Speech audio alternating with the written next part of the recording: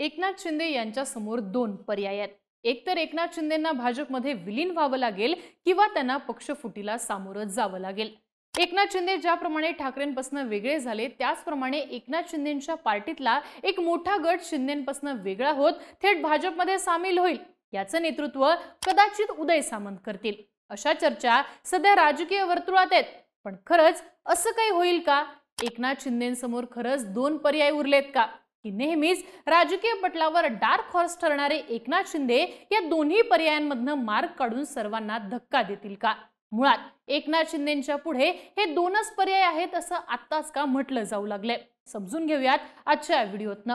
नमस्कार, मी आरती आणि तुम्ही बघताय बोल भिडू। तर एकनाथ शिंदेंसमोर दोनच पर्याय आहेत। एक तर शांतपणे फूट पाहत राहणं किंवा आपला संपूर्ण पक्ष भाजपमध्ये विलीन करणं।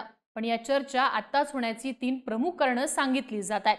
यातलं पहिलं कारण आहे ते म्हणजे सुप्रीम कोर्टात सुरू झालेली अंतिम सुनावणी। एकनाथ शिंदे हे शिवसेनेतनं बाहेर पडले तेव्हा पक्ष आणि चिन्ह या दोन्ही गोष्टींवर शिंदे क्लेम करतील अशी शक्यता नव्हती। पण एकनाथ शिंदेंनी थेटपणे पक्षावर क्लेम केला। महाशक्तीला सुद्धा तेव्हा एकनाथ शिंदेंच्या पाठिंब्याची गरज होती। त्यातनंच मग निवडणूक आयोग, सर्वोच्च न्यायालय आणि विधानसभा अध्यक्ष असा सुनावणीचा प्रवास झाला। एकनाथ शिंदेंसोबतचे आमदार अपात्र होतील असं बोललं जात होतं, पण तसं काही झालंच नाही। पण पक्ष आणि पक्षाचं चिन्ह याबाबत निवडणूक आयोगाने घेतलेल्या निर्णयाला ठाकरे गटाने कोर्टात चॅलेंज केलं। अर्थात हे प्रकरण अजूनही कोर्टात आहे आणि नोव्हेंबर महिन्याच्या मध्यावधीत यावरती अंतिम अशी सुनावणी पार पडणार आहे। कोर्टातील घडामोडी पाहिल्या तर शिंदेंचे वकील ही सुनावणी पुढे जावी यासाठीच प्रयत्न करत असल्याचं दिसून आलेलं आहे। शिंदेंच्या वकिलांचे हेच प्रयत्न पाहून एकनाथ शिंदेंची बाजू लंगडी पडतीये अशा चर्चा सुरू झाल्यात। कोर्टाने जरी निवडणूक आयोगाचा निर्णय बदलला आणि ठाकरेंना पुन्हा धनुष्यबाण हे चिन्ह आणि पक्षाचं नाव दिलं नाही तरी सुद्धा कोर्ट आपल्या निर्णयातनं किंवा धनुष्यबाण हे चिन्ह आणि शिवसेना हे नाव गोठवून ते शिंदेंना वापरून देणार नाही अशी शक्यता सुद्धा सध्या बोलून दाखवली जाते। थोडक्यात एकनाथ शिंदेंकडनं धनुष्यबाण हे चिन्ह गेलं, पक्षाचं शिवसेना हे नाव गेलं तर नरेटिव्हच्या पातळीवर एकनाथ शिंदे गटाला मोठा सेटबॅक बसू शकतो। याशिवाय कायदेशीर पातळीवर हा निर्णय पूर्वलक्षी प्रभावाने अंमलात येतो का? आणि तसं झालं तर जे आमदार, खासदार हे धनुष्यबाण चिन्हावरती निवडून आलेले आहेत त्यांचं सदस्यत्व अडचणीत येणार का? हा सुद्धा मुद्दा महत्त्वाचा ठरतो। मात्र इतक्या अडचणी वाढल्या जरी नाही तरी सुद्धा यावेळी महाशक्तीला शिंदेंची गरज नाहीये ही वस्तुस्थिती आहे आणि यामुळेच एकनाथ शिंदेंच्या पुढे अडचण वाढलेली आहे असं बोललं जाते। आता अशा चर्चा घडण्याचं दुसरं महत्त्वाचं कारण सांगण्यात येतंय ते म्हणजे एकनाथ शिंदेंची महत्त्वाकांक्षा। जेव्हा एकनाथ शिंदे यांची मुख्यमंत्री म्हणून घोषणा झाली तेव्हा देवेंद्र फडणवीसच एक प्रकारे मुख्यमंत्री असणार हे स्पष्ट होतं। पण पुढच्या 2च वर्षात फडणवीसांना मागे टाकत स्वतःचं प्रस्थ निर्माण करण्यात एकनाथ शिंदे यशस्वी ठरले। जरांगे पाटलांपासून गोष्टी हाताळल्या त्यांनी, पण हे करत असताना आपणच कसे क्रमांक 1 वर आहोत हे त्यांनी स्पष्ट केलं।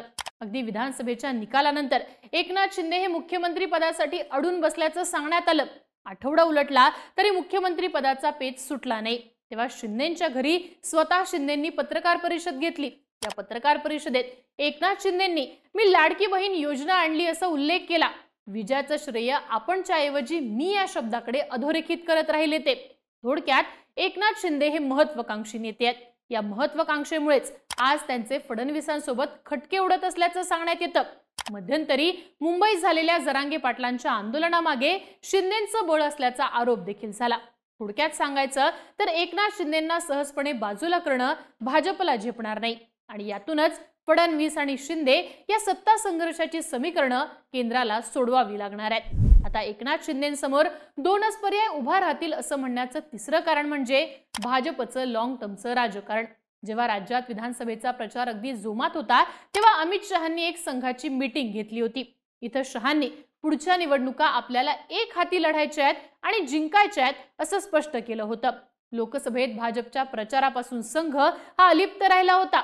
अजितदादांना सोबत घेणं संघाला पटलेलं नव्हतं। त्याचं स्पष्टीकरण फडणवीसांना संघासमोर द्यावं लागलं होतं। आता या सगळ्या घडामोडींचा सारांश इतकाच की काहीही करून भाजपला महाराष्ट्रात भाजपची सत्ता एक हाती हवी आहे। भविष्यातल्या राजकारणात आज सोबत असणारा कुठलाही पक्ष आपल्याला सोडून जाऊ शकतो याची जाणीव भाजपला आहे। विशेष म्हणजे राज्यात महायुती रिपीट येणार नाही अशा चर्चा चालू झालेल्या तेव्हाच अजित पवार पुन्हा शरद पवारांसोबत जातील अशा चर्चा सुरू होत्या। केंद्रात भाजपची सत्ता नसेल तर शिंदे सुद्धा आपली भूमिका बदलू शकतात.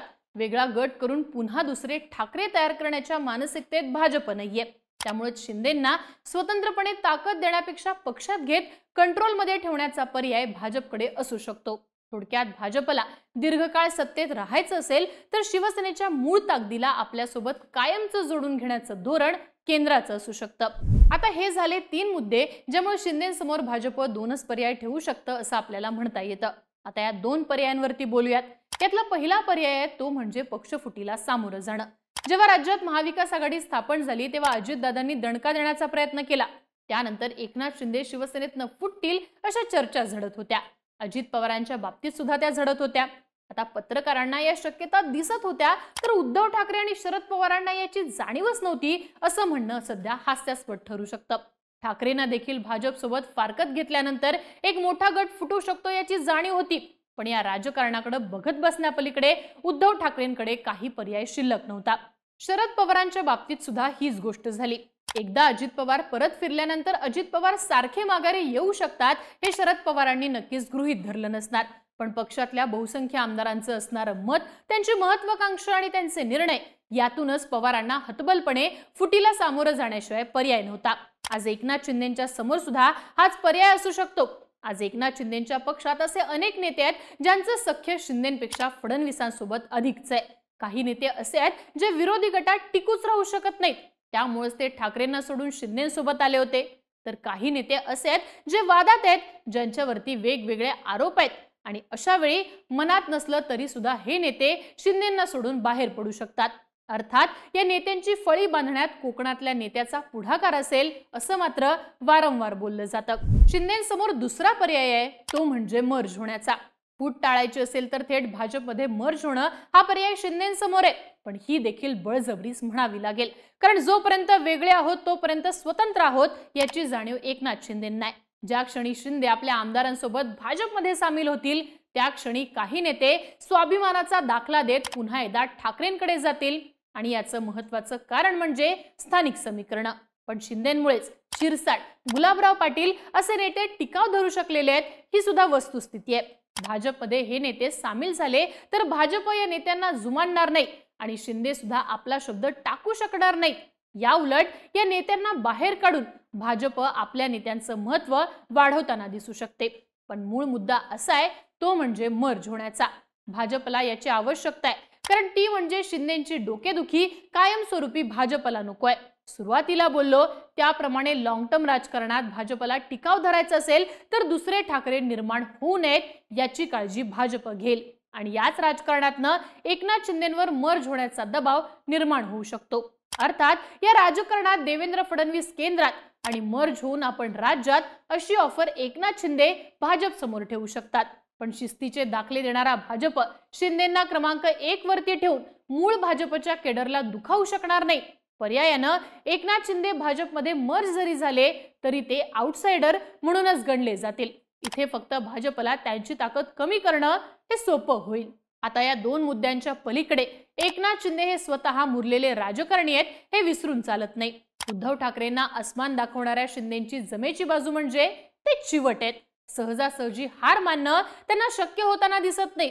त्यामुळे यापूर्वी डार्क हॉर्स म्हणून स्वतःला सिद्ध केलेले एकनाथ शिंदे कदाचित हे दोन्ही पर्याय उधळवून स्वतःचं राजकारण रेटू शकतील. पण ते कसं हे पाहणं गरजेचं ठरेल. तुम्हाला काय वाटतं? एकनाथ शिंदेंच्या राजकारणाची दिशा नेमकी कशी असेल याबद्दलची तुमची मतं कमेंट बॉक्समध्ये लिहून नक्की कळवा. आणि अशाच राजकीय घडामोडी पाहण्यासाठी बोल्ड व्हिडिओला सबस्क्राईब करा.